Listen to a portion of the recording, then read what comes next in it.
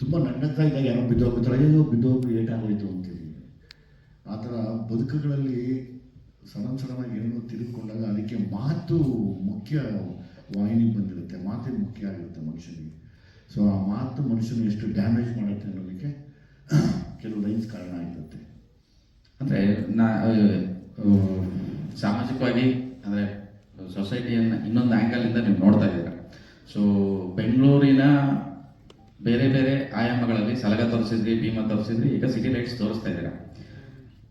ಈ ಒಂದು ಸಮಾಜ ಅಥವಾ ಊರು, ಅಲ್ಲಿನ ವಾತಾವರಣ, ಆ ಬದುಕಿನ ಹೊರತಾಗಿ ಮತ್ತೇನೋ ಹುಡುಕಾಟ ಕಾಣಿಸ್ತಾ ಇದೆಯಲ್ಲ, ಹೌದೌದು, ಕಾಣಿಸ್ತಾ ಇದೆ. ಅಂದ್ರೆ ಅದೇನೇ ಸುಮ್ಮನೆ ಎಲ್ಲರೂ ಹೊಡೆದಾಡ್ತಾ ಇದೀವಿ. ಅಲ್ಟಿಮೇಟ್ಲಿ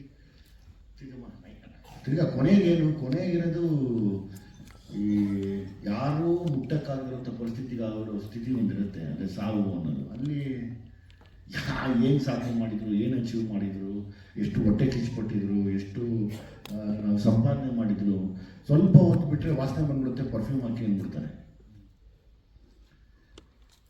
ಪರ್ಫ್ಯೂಮ್ ಹಾಕಿಸ್ಕೊಂಡು ಅದನ್ನ ಎತ್ತಕ್ಕೆ ಯಾರೋ ಗ್ಲೌಸ್ ಹಾಕ್ಕೊಂಡು ಎತ್ಕೊಂಡು ಹೋಗೋದು ಎಂಥ ಪರಿಸ್ಥಿತಿ ಆಗ್ಬಿಡುತ್ತೆ ಮನುಷ್ಯರಿಗೆ. ಸೊ ಅಲ್ಲಿವರೆಗೂ ನೀವೇನು ಬದುಕ್ತೀರಾ, ಎಷ್ಟು ಪ್ರಾಮಾಣಿಕವಾಗಿರ್ತೀರ, ಅದು ಮಾತ್ರ ನಮಗೆ ಸಂತೋಷ ಸಿಗೋಕ್ಕೆ ಅಷ್ಟೇ ಸಾಧ್ಯ ಹೊರತು ಕೆಲವು ಮಾತುಗಳು ಯಾವತ್ತೂ ಏನು ಬೇಕಾದ್ರೂ ಮಾಡಿಬಿಡುತ್ತೆ, ಮನುಷ್ಯನ ವಾರೆ ಮಾಡಿಸ್ಬಿಡುತ್ತೆ. ಅದಕ್ಕೆ ಇದೆಲ್ಲ ಉದಾಹರಣೆಗಳು. ಈ ಕತೆ ಬರೆದಾಗ ಈ ಥರದೊಂದು ಸಾಂಗ್ ಲೈನ್ ಡಿಮ್ಯಾಂಡ್ ಮಾಡ್ತಾ ಇದೆ.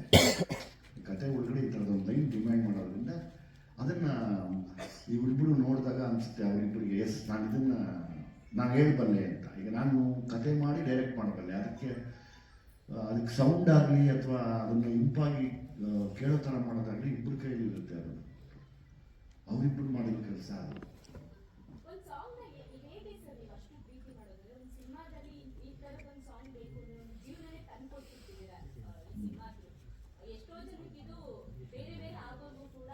ಇಲ್ಲ, ಮನುಷ್ಯನ ಗುಣ ಹೆಂಗೆ ಅಂದರೆ, ಈಗ ಮೋಸ ಮಾಡೋಣ ಅಂದರೆ ತುಂಬ ಪ್ರೀತಿ ಮಾಡಿಬಿಡ್ತೀವಿ. ಹಂಗೆ ಸಿನಿಮಾ ಮ್ಯೂಸಿಕ್ಕು ನಮಗೆ ಮೋಸನೇ ಮಾಡಲಿಲ್ಲ, ಅದಕ್ಕೆ ತುಂಬ ಪ್ರೀತಿ ಮಾಡ್ತಾನೇ ಇದೆ, ಜಾಸ್ತಿ ಆಗ್ತಾನೇ ಇದೆ ಪ್ರೀತಿ. ಅದು ಮನುಷ್ಯನ್ ಮಾಡಿದಾಗಲೇ ಕಷ್ಟ, ಓದಾಕ್ಲಪ್ಪ ನಮ್ಮನ್ನು.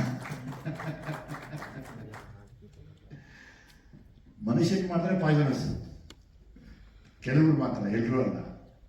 ಸಿನಿಮಾ ಮಾಡಿ ಇಷ್ಟಪಟ್ಟಷ್ಟು ನಿಮ್ಮ ರಿಸಲ್ಟ್ ಕೊಡ್ತಾನೆ ಇರುತ್ತೆ. ಹಾಗೆ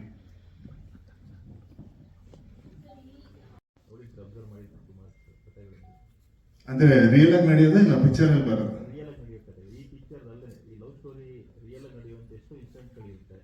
ಅದೇ ನಾವು ಪ್ರೀತಿ ಅಂದ್ರೆ ಒಂದೇ ರೀತಿ ಅಂತ ಅನ್ಕೊಂಡಿರ್ತೀವಿ. ಪ್ರೀತಿ ಅಂದ್ರೆ ಒಂದೇ ರೀತಿ ಅಲ್ಲ. ಪ್ರೀತಿಗೆ ನೀವು ಡೆಫಿನೇಷನ್ ಕೊಡಕ್ಕಲ್ಲ.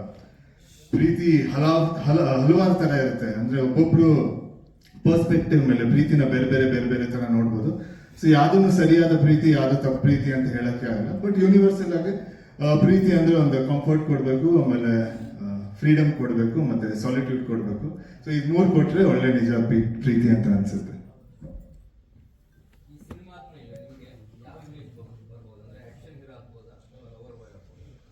ಎರಡು ಮಿಕ್ಸ್ ಜೊತೆಗೆ.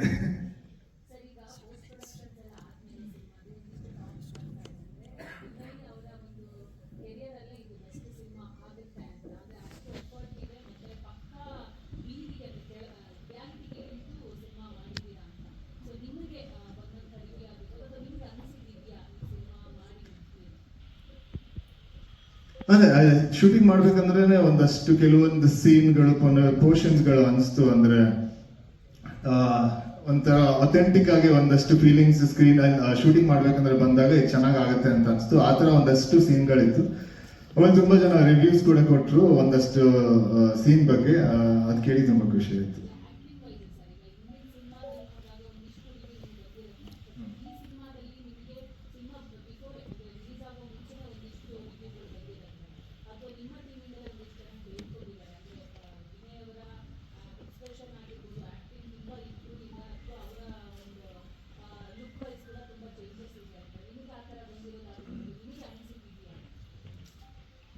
ಅದೇ ನೀವ್ ಹೇಳ್ಬೇಕು ಹೆಂಗ ಅನ್ಸುತ್ತೆ ಅಂತ. ನಂಗೇನಂದ್ರೆ ಸಿನಿಮಾ ನೋಡ್ಬೇಕಂದ್ರೆ ವಿಜಿ ಸರ್ ಏನ್ ಹೇಳ್ತಾರಂತ, ಅವ್ರು ಚೆನ್ನಾಗಿದೆ ಅಂದ್ರೆ ಅದು ಚೆನ್ನಾಗಿದೆ ಅಂತ ಅಷ್ಟೇ.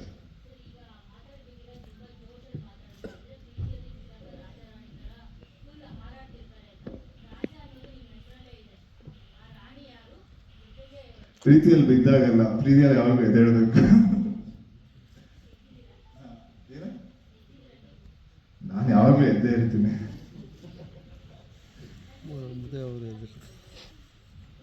ಏನು ಆ ರಾಣಿ ನನ್ನಲ್ಲೇ ಇರಲಿ, ಆಚೆ ಹೇಳಕ್ ಇಷ್ಟ ಇಲ್ಲ.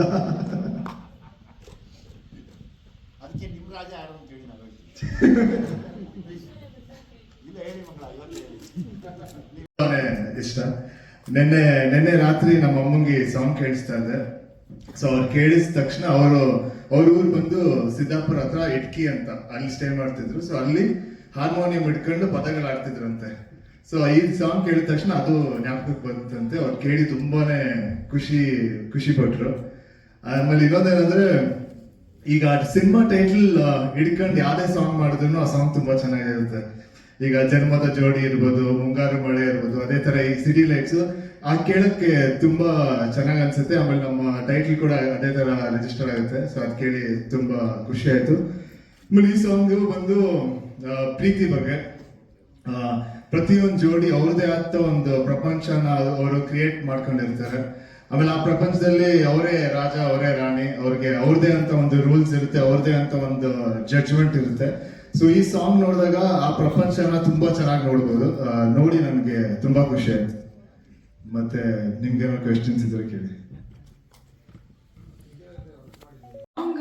ಹೇಳ್ಬೇಕಂದ್ರೆ ಐ ಥಿಂಕ್ ಜೆನ್ಸಿ ಟರ್ಮ್ಸ್ ಅಲ್ಲಿ ನಾನು ಹೇಳ್ಬೇಕಂದ್ರೆ it's a song for all green flags in green forest ಅವ್ರೆ. ನಾವು ಏನು ಹೇಳ್ತೀವಿ ಗ್ರೀನ್ ಫಾರೆಸ್ಟ್ ಅಂತ, ಅಂಥದ್ದೇ ಒಂದು ಪ್ರೀತಿನ ತೋರಿಸಿದ್ದಾರೆ ಈ ಸಾಂಗಲ್ಲಿ through the cinema.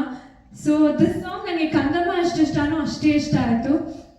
Nagarjun sir and Charan sir as always beautiful. And ತುಂಬ ಇಷ್ಟಪಟ್ಟು ತುಂಬ ಎಂಜಾಯ್ ಮಾಡ್ಕೊಂಡು ಶೂಟ್ ಮಾಡಿದ್ವಿ the entire thing. So September 18 ನಮ್ಮ ಸಿನಿಮಾ ರಿಲೀಸ್ ಆಗ್ತಾ ಇದೆ. ಎಲ್ಲರೂ ಬಂದು ಥಿಯೇಟರ್ನಲ್ಲಿ